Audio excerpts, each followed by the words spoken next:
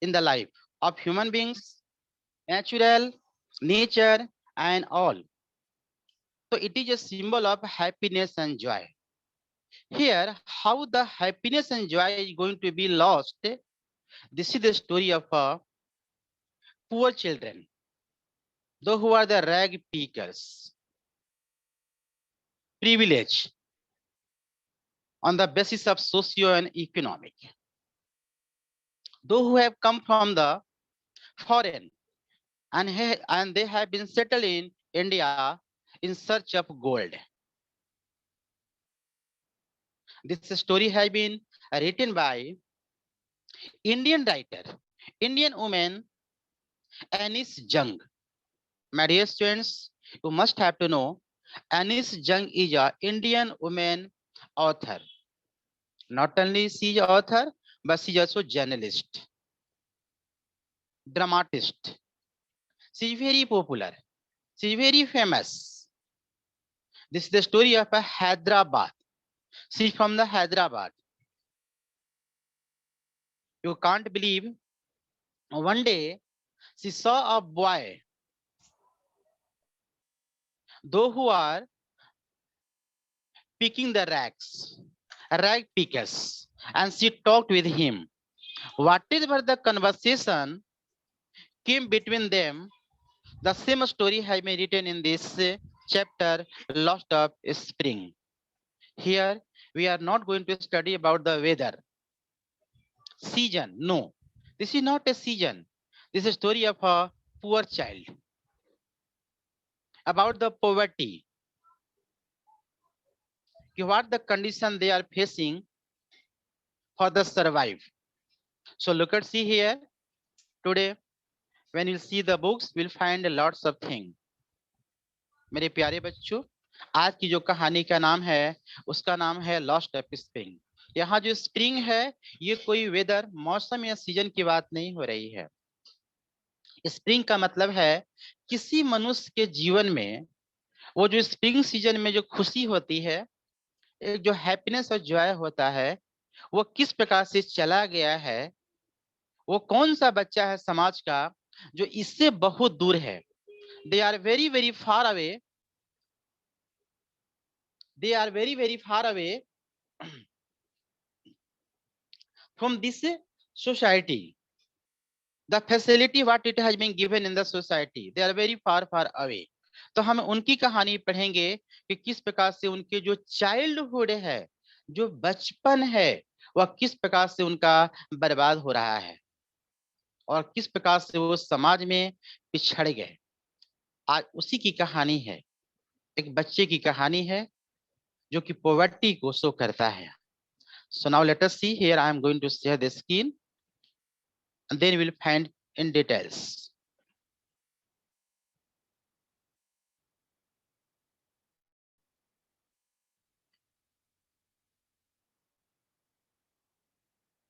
Just a minute, children. Not this one exactly. Once again.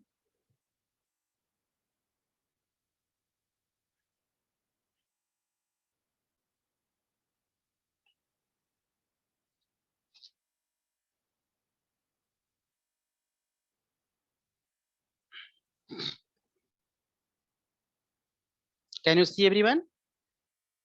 Yes, sir. Yes, sir. Yes, sir. Yeah, fine. Let us see, my dear students.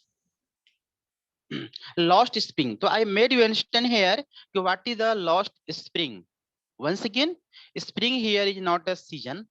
It doesn't signify the weather. It doesn't signify the weather. Season. No. This is a story of a poor boy, a rag pickers. A story of a stolen childhood. मतलब किस प्रकार से हमारे बचपन जो है कुछ बच्चों के खो रहे हैं। Let us see. तो this story has been written by Anees Jung. Now the story is going to be start from here. Let us see. Why do you do this? I ask Sahab, whom I encounter every morning, scrawling for gold in the garbage dump of my neighborhood. why do you do this? लेखिका ने पूछा उस बच्चे से, why do you do this? ये तुम काम क्यों करते हो? Why you are doing this type of a job? क्यों काम करते हो इस प्रकार से तुम?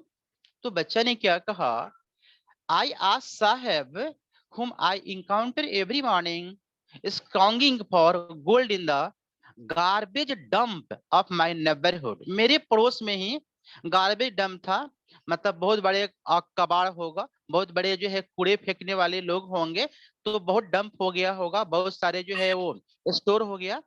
तो वहां पर एक बच्चा जो है प्रतिदिन जो है कूड़ा जो है वो लेने के लिए आता था, इकट्ठा करने के लिए आता था। और ये जो लेखिका है उसे बार बार देखती थी। इनकाउंटर मतलब सामना होना, मतलब फेस टू फेस होना, उसको बोलते हैं इनकाउंटर। तो प्रतिदिन लेखिका जो है उसे देखती थी, ये बच्चा जिससे वो साहब कहती हैं, साहेब उसे बोलती हैं, वो प्रतिदिन बच्चा आता है और गार्बेज से जो है कुछ कूड़े से वो कुछ उठा करके ले जाता है। उस बच्चे से लेखिका बोलती है, why do you do this? काम क्यों करते हो ऐसा? साहब left his home long ago. Now the story about the boy. लेखिका ने कहा कि बहुत साल पहले वो घर छोड़ चुका है। Set amidst the green field of Dhaka. Set amidst the green field of Dhaka. मतलब बांग्लादेश की राजधानी ढाका में वो रहता था। His home is not even a distance memory. आज तो उसे अपना घर भी याद नहीं है। Distance story मतलब it is very very far away from the memory. Now he is not remembered where from he was. Original home. He is not remembering.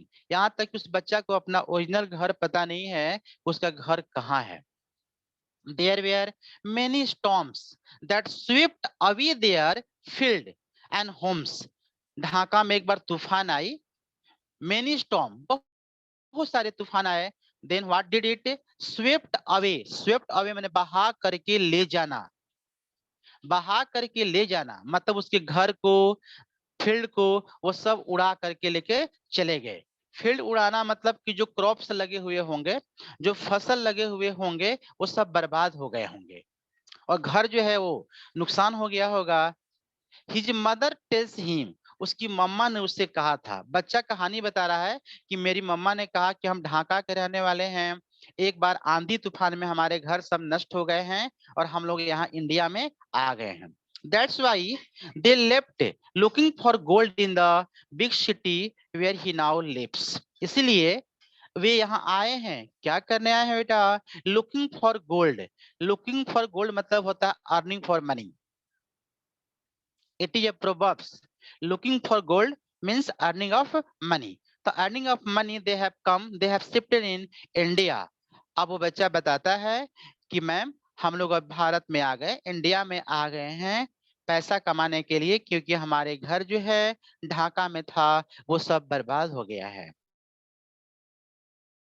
Nothing else to do. He mutters, looking away.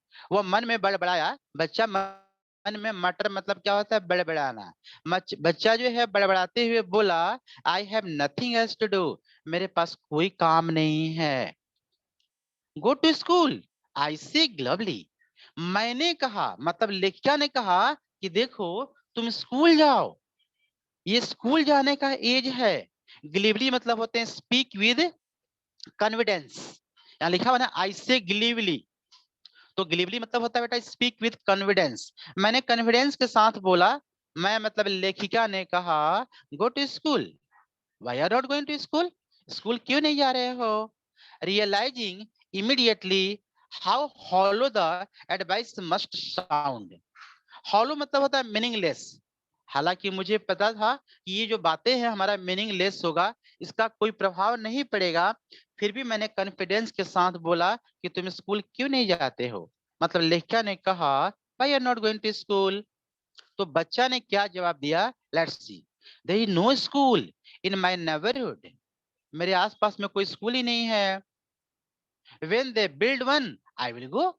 जब ये सब school बनाएंगे तो हम जाएंगे। बच्चा ने जवाब दे दिया। If I start a school, will you come? I asked.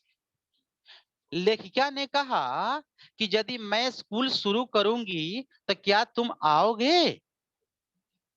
लेखिका ने कहा कि मान लो मैं अपने घर पे स्कूल यदि स्टार्ट करती हूँ, क्या तुम पढ़ने आओगे? आई आस्क्ड, हाफ जोकिंग, हालांकि मैंने ये जोक में कहा था। लेखिका ने कहा कि मैंने मजाक में कहा था कि यदि मैं स्कूल खोलती हूँ तो क्या तुम आओगे क्या? Yes, he says, smiling broadly, वो मुस्कुराते हुए बच्चा ने कहा हाँ हाँ, of course I shall come here, if you are going to open the school I shall come. A few days later, कुछ दिनों के बाद, I see him running up to me. मैंने देखा कुछ दिन के बाद वो बच्चा वो मेरे पास दौड़ते दौड़ते आ गया। Is your school ready? और आके बच्चा ने क्या कहा लेखिका से, क्या आपका स्कूल तैयार है? देखो बच्चा कितना मासूम था। Really he was a artless child. And how he was excited for the study. When the when the writer told about the going to school, just he became angry and just he came to be confirmed whether the school had been open or not. And just he asking, what he asked? He asked, is your school ready? क्या आप school ready है क्या? It takes longer to build a school. I say, मैंने कहा बेटा school इतना जल्दी थोड़े बनता है, स्कूल को बनने में तो टाइम लगता है। It takes longer to build a school. एक स्कूल को बनने में लंबा समय लगता है। I say, embarrassed at having made a promise that was not meant. हालांकि मैं बहुत शर्मिंदगी महसूस कर रही थी। मतलब लेखिका बोल रही हैं कि मुझे बहुत शर्म आ रहा था इस बात पर कि मैंने ये कहा कि स्कूल जो है निर्माण होने में काफी लंबा समय लगता है, क्योंकि मैंने मजाक किया था और बच्चा मजाक में ही आ गया था। But promise like mine abound in every corner of his bleak world. इसी प्रकार के प्रॉमिस जैसा कि मैंने इस बच्चा के साथ फॉल्स प्रॉमिस कर दिया था, आज संसार में यही हो रहे हैं। लोग प्रॉमिस तो करते हैं कि हमारी सरकार होगी तो हम ये करेंगे, हमारी सरकार होगी तो हम ये करेंगे, लेकिन लोग नहीं कर पाते हैं। आज लेखिका को भी अफसोस हो रहा है कि मैंने बच्चा से ये क्या बोल दिया। I should not tell like this. So today I am ashamed. Really, I am feeling very ashamed. मुझे शर्म आ रही है। After months of knowing him, I asked him his name. कहा कि लगभग 1 महीने हो चुके थे बच्चा को जानते हुए, फाइनली मैंने उसका नाम पूछ लिया। I asked him his name. मैंने पूछा तुम्हारा नाम क्या है? साहेब आलम, he announces. उन्होंने कहा मेरा नाम साहेब आलम है। He didn't know what it means. हालांकि बच्चे को पता नहीं था कि मेरे नाम का मतलब होता क्या है। If he knew its meaning, Lord of the universe. कहा कि if he knew its meaning, Lord of the universe. लेखिका ने कहा यदि तुम जानना चाहते हो तो तुम्हारे नाम का मतलब होता है लॉर्ड ऑफ द यूनिवर्स, माने विश्व के मालिक। तुम्हारे नाम का मतलब होता है विश्व का मालिक, भगवान, गॉड, अल्लाह। ये तुम्हारे नाम का मतलब है। लेखिका ने उसे समझाया। He would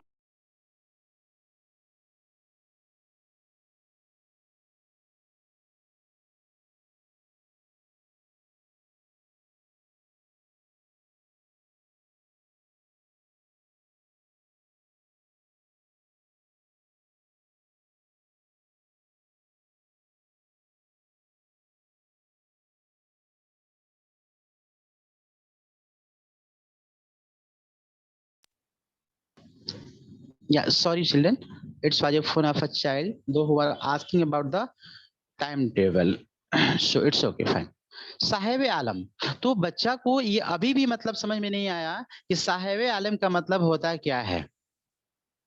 If he knew its meaning, Lord of the universe, he would have a hard time believing it.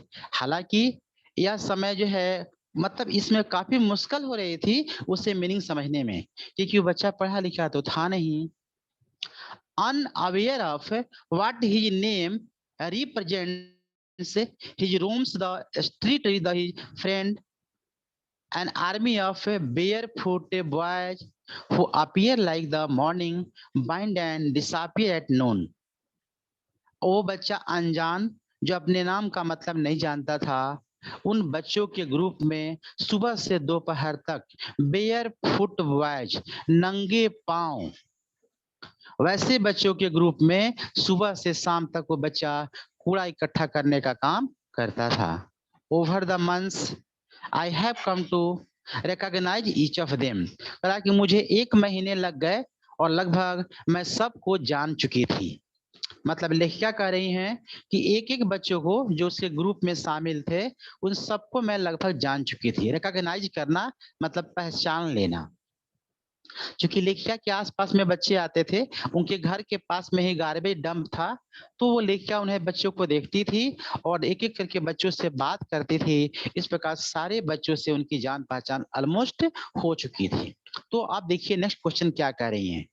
Why are not you wearing chappals? I ask one. उनमें से जो ग्रुप में बच्चे थे उनमें से मैंने किसी एक से कहा कि तुम चप्पल क्यों नहीं पहनते हो? अपने पैरों में चप्पल क्यों नहीं पहनते हो? Because they were barefooted. That's why I did ask. I asked one. Why are not you wearing chappals? My mother didn't bring them down from the shelf. He answered simply. एक बच्चा ने जवाब दिया, मेरी माँ ला करके मुझे उस सेल्फ से नहीं दी है, तो मैं कहाँ से पहनूंगा? मतलब मेरी माँ जो है सेल्फ में रखा हुआ है, बट मेरी माँ ने मुझे नहीं दिया पहनने के लिए। My mother didn't bring them down from the self. ऊपर तो रखा हुआ है बट मेरी मम्मा ने मुझे ऊपर से लाकर नहीं दी। Even if she did he will throw them off. Adds another who is wearing shoes that don't match. यह सुन करके एक बच्चा ने कहा कि नहीं मैम, यदि इसकी मम्मी ला के इसे देती भी तब फेंक देता। और वो बच्चा जो बोला उसके पैर में एक जूते जो है अलग किस्म के थे और दूसरे पैर के जूते अलग किस्म के थे, मतलब मैच नहीं कर रहे थे जूते। उस बच्चे के पैर में जो बच्चा ने कहा कि नहीं मैम, यदि इसकी मम्मा ला कर देती भी ना तो ये पहनता नहीं। When I comment on it, जब मैंने कमेंट किया, he shuffles his feet and says nothing. वो अपने पैर को पीछे छिपा लिया और कुछ नहीं बोला। I want shoes. I want shoes. Says a third boy. उसमें से तीसरा बच्चा ने कहा कि मेरे को जूता चाहिए। A third boy who has never owned a pair all his life, जो अपने पूरे जीवन में कभी भी जूता नहीं पहना था, वो तीसरा बच्चा ने कहा कि मुझे चाहिए। My dear students, you can understand the condition of the boy here. You can feel the condition, how miserable condition were there, where the writer were talking with the children, rag pickers. आप अनुमान लगा सकते हैं कि जब लेखिका बात कर रही थी उन बच्चों से तो कैसी कंडीशन हुई होगी। बच्चे कितने मासूम हैं, वो कितनी ईमानदारी से जवाब दे रहे हैं। और एक ने तो कहा कि मुझे जूते चाहिए, जो पूरे लाइफ में आज तक बेचारा जूता वो पहना नहीं था। Traveling across the country, I have seen children walking barefoot. कहा कि मुझे आना जाना, लेखिका बोल रहे हैं कि मुझे यहाँ वहां आना जाना होता था और मैंने कई एक बच्चों को ऐसे ही देखा बेयर फुटेड, मैंने नंगे पांव मैंने देखा। Walking barefoot in city, on village roads, चारों तरफ मैंने देखा बहुत तेरे ऐसे बच्चे हैं जो नंगे पांव चलते हैं। It is not lack of money but tradition to stay barefoot is one explanation. मुझे बाद में समझ में आई कि यह जो है पैसे की कमी नहीं थी, उन बच्चों की ऐसी हैबिट हो गई थी कि वे नंगे पांव चलना ज्यादा पसंद करते थे। ये जो रैग पिकर्स बच्चे हैं, ऐसा नहीं कि इनके पास जूते चप्पल नहीं थे, बट इनकी हैबिट हो गई थी, संगति का प्रभाव पड़ गया था, क्योंकि कोई भी बच्चा जूता नहीं पहनता था चप्पल, इसलिए सारे बच्चे जूते रहते हुए भी ये पहनना नहीं चाहते थे। लेखक को ऐसा समझ में आया। I wonder if this is only an excuse to explain away a perpetual state of poverty. आज यह क्या शो करता है? हमारे देश की गरीबी को शो करता है कि बहुत से ऐसे बच्चे हैं जो पॉवर्टी लाइन से होकर के गुजर रहे हैं। उनके घरों में न उनके खाने के लिए पौष्टिक भोजन है, न पहनने के लिए अच्छे कपड़े हैं, और न पहनने के लिए जूते चप्पल हैं। It's show the poverty of our country. I remember a story of man from Uditput once told me। एक बार एक और बच्चे की वो कहानी सुना रही हैं उडिपी की। अब वो क्या है? Young boy he would go to school, told me as a young boy he would go to school past an old temple। उसी में से कि ऐसा भी बच्चे की कहानी थी जो स्कूल के लिए वो जो है मंदिर के पास जाया करता था, मंदिर में जाता था। He would go to school past an old temple। Just उसके पीछे आगे पीछे कोई मंदिर होगा स्कूल के आगे पीछे। Where his father was a priest, जहां उसके पापा एक पुजारी हुआ करते थे। He would stop briefly at the temple and pray for a pair of shoes। वो क्या करता था बच्चा पता है? मंदिर के पास खड़ा हो करके और ईश्वर से जूता के लिए प्रेयर करता था, हे गॉड मुझे जूते दिला दीजिए। 30 years later I visited his town and the temple। 30 साल के बाद मुझे जाने का मौका वहां मिला और उस टेम्पल के पास भी जाने का मुझे मिला। which was now drowned in an air of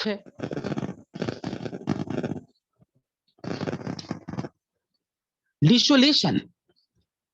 In the backyard where lived the new protest, there were red and white plastic chairs। A young boy dressed in a grey uniform, wearing socks and shoes, arrived panting and threw his school bag on a folding bed। Looking at the boy, I remember the prayer another boy had made to the goddess when he had finally got a pair of shoes। कर आज उस बच्चे से 30 साल के बाद मेरी मुलाकात हुई।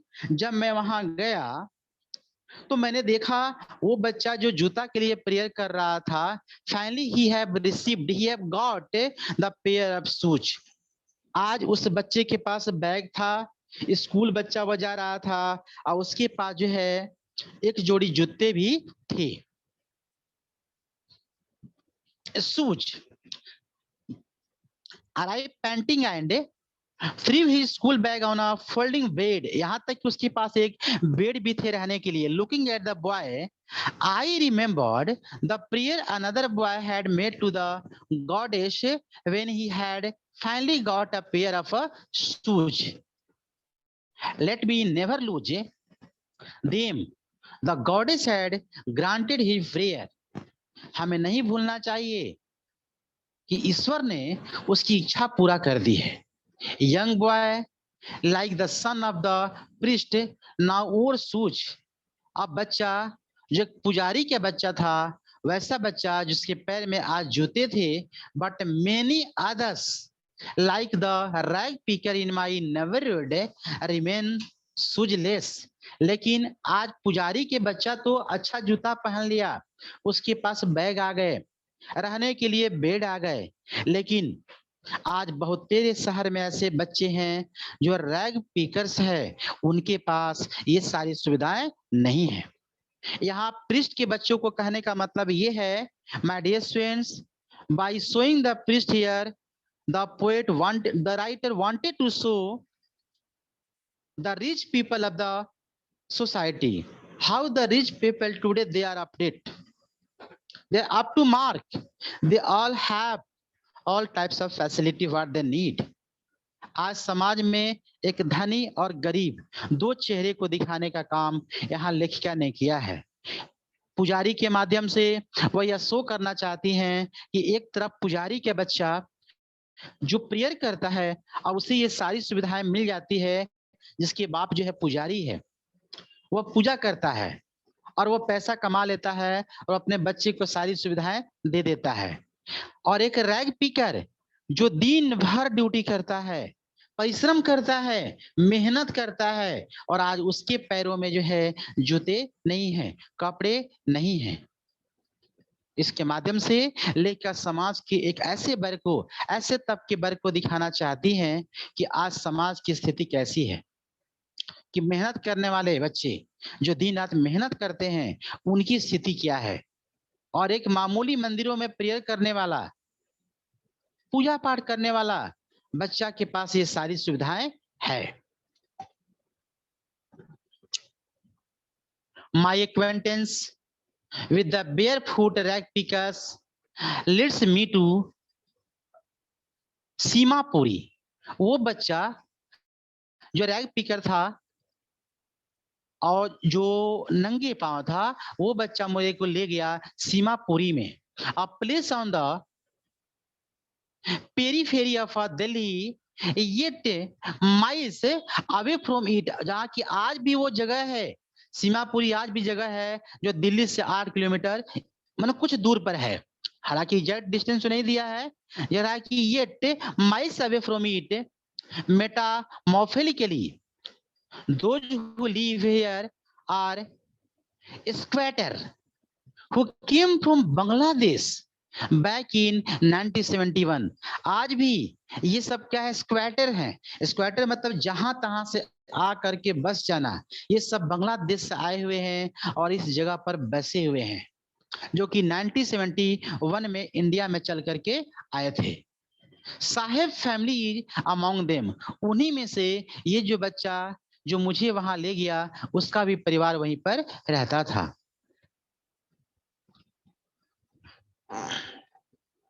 Family among them, Seemapuri was then a wilderness, it still is, वो काफी दूरी में फैला हुआ जगह था, आज भी हालांकि है, but it is no longer empty, लेकिन आज वो जगह खाली नहीं है। खाली नहीं है मतलब है कि इतने कंजेस्टेड हो गए हैं, इतने लोग बस गए हैं कि अब जो खाली स्पेस था पहले, अब वैसा दिखाई नहीं पड़ता है। longer no empty in structures of mud with roofs of tin and tarpaulin, करा के वहां के जो घर बने हुए कैसे हैं, वो बिल्कुल कच्चा हाउस है, टीन के बने हुए हैं, मिट्टी के बने हुए थे, टार्पालिन के बने हुए हैं, कपड़े के, डिवोइड ऑफ सीवेज, जो कि वहां से होकर के सीवेज बहती है, नाले बहते हैं, drainage our running water, live 10,000 rag pickers, आज भी वहां पर 10,000 रैग पिकर रहते हैं। You can imagine how number of people are living there without any facilities. They have lived there here for more than 30 years without an identity. लगभग रहते हुए 30 साल हो गए, फिर भी आज इनकी कोई पहचान नहीं है। कोई पहचान नहीं है का मतलब ये है कि इनके पास ना तो राशन कार्ड है, ना तो आधार कार्ड है, आज भी जो है इनकी कोई पहचान नहीं है। Without permit but with a ration card that get their names on voters list and enable them to buy grain. यहाँ तक कि वोटर लिस्ट में भी इनके नाम नहीं है. Food is more important for survival than an identity. लेकिन आइडेंटिटी से भी ज्यादा इंपॉर्टेंट लगता है भोजन, जो कि सर्वाइवल के लिए काफी इंपॉर्टेंट है. चलो पहचान तो ठीक है किसी तरह से बन जाएगी, लेकिन उन्हें पेट पालने के लिए सबसे पहले भोजन की आवश्यकता है. If at the end of the day we can feed our family and go to bed without any aching stomach, we would rather live here than in the field that give us no grain. See a group of women in tattered. अधिकांश महिलाओं ने बात करने पर उन्हें पता चला कि कितने ऐसे लोग हैं जो खाली पेट यहाँ सो जाते हैं.